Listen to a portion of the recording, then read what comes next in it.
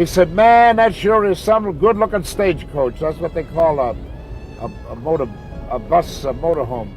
For 60 years, Ernest Borgnine remained silent about the co-star who made his life miserable. Now, shocking details have emerged. Violent outbursts, sabotaged scenes, and a coffee-throwing incident that left someone with second-degree burns. But the biggest revelation wasn't just professional, it was personal. Today, the truth behind Hollywood's most dangerous feud finally comes to light. Born Ernest Borgnine in 1917, Borgnine's early life was filled with change. After his parents separated, his mother took him to Italy, where he spent 5 years immersed in the culture before returning to the U.S. in 1923.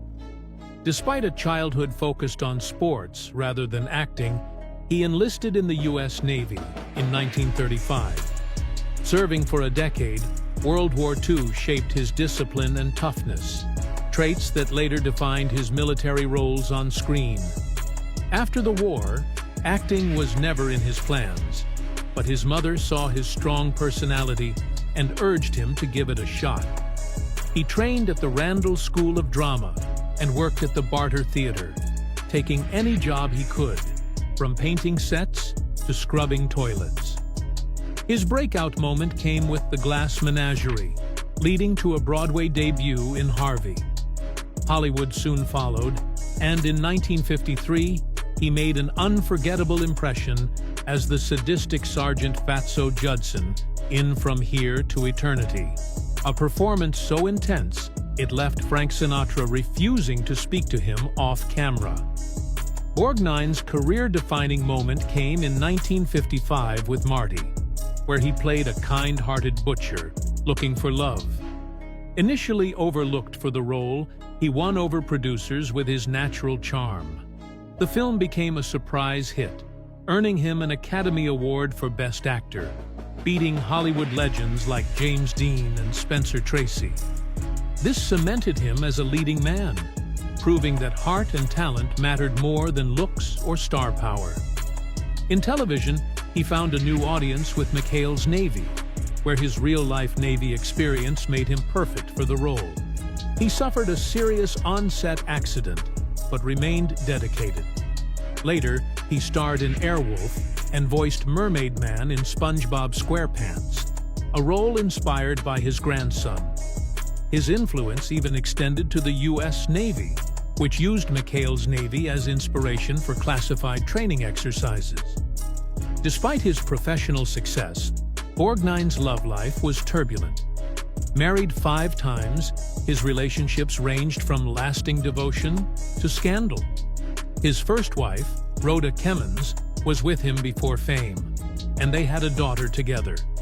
However, later marriages, including a 38-day union with Ethel Merman, became tabloid fodder. Ernest Borgnine's legacy spanned decades, with roles ranging from ruthless villains to beloved comedic figures. His love life, however, had its ups and downs. He first married Rhoda Kemmons in 1949, but their marriage ended in 1958 as his career soared. In 1959, he wed Mexican actress Katy Jurado, but their fiery relationship ended in divorce in 1963. His brief and tumultuous marriage to Broadway legend Ethel Merman in 1964 lasted less than 5 weeks, with Merman later revealing her bitterness by leaving an entire chapter about their marriage blank in her autobiography. Despite these challenges, Borgnine continued to thrive in Hollywood until his passing in 2012 at age 95. After the brief disaster with Merman, Borgnine married Donna Rancourt in 1965, with whom he had 3 children, Sharon, Christopher, and Diana. Although this marriage lasted longer than his previous ones, it ended in 1972. That same year, he met Norwegian businesswoman Tove Tresnes in Las Vegas.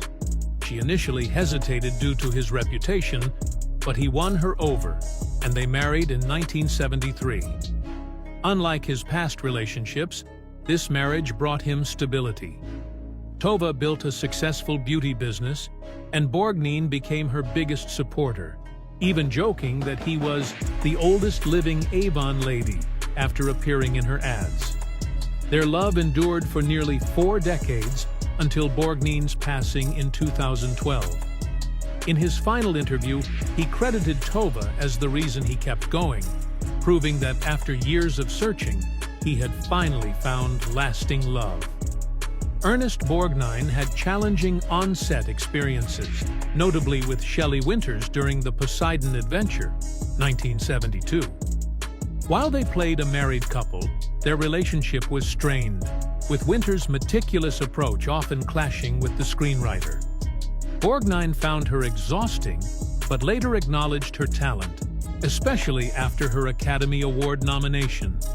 Similarly, working with Spencer Tracy on Bad Day at Black Rock, 1955, was intimidating for the up-and-coming Borgnine. Tracy's improvisation left Borgnine momentarily frozen in one scene, which was kept in the final cut. A fight scene between them required multiple takes, and Borgnine accidentally punched Tracy.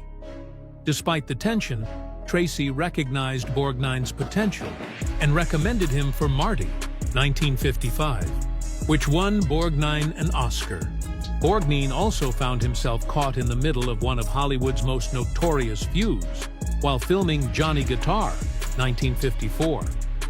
Joan Crawford and Mercedes McCambridge had a deep-seated rivalry, fueled by Crawford's discovery that McCambridge had once been involved with her ex. Their animosity led to chaos on set, with Crawford going so far as to throw McCambridge's costumes onto a highway. Their scenes had to be filmed separately, and tensions escalated into a physical altercation that Borgnine and co-star Sterling Hayden had to break up. Despite her volatile behavior, Crawford never turned against Borgnine. However, he witnessed her temper firsthand, including an incident where she threw hot coffee at a production assistant, causing second-degree burns. Years later, Borgnine reflected on working with Crawford, calling it both awe-inspiring and terrifying. Through all the ups and downs in his personal and professional life, Borgnine remained resilient. Whether navigating failed marriages, clashing with strong-willed co-stars, or struggling to prove himself alongside Hollywood legends, he endured it all. Ultimately, his greatest triumph wasn't just in winning an Oscar or securing iconic roles. It was finding lasting love with Tova and building a legacy as a respected actor. From tumultuous relationships to legendary film sets, Borgnine's life was a story filled with passion, challenges, and ultimately, perseverance. Thanks for watching.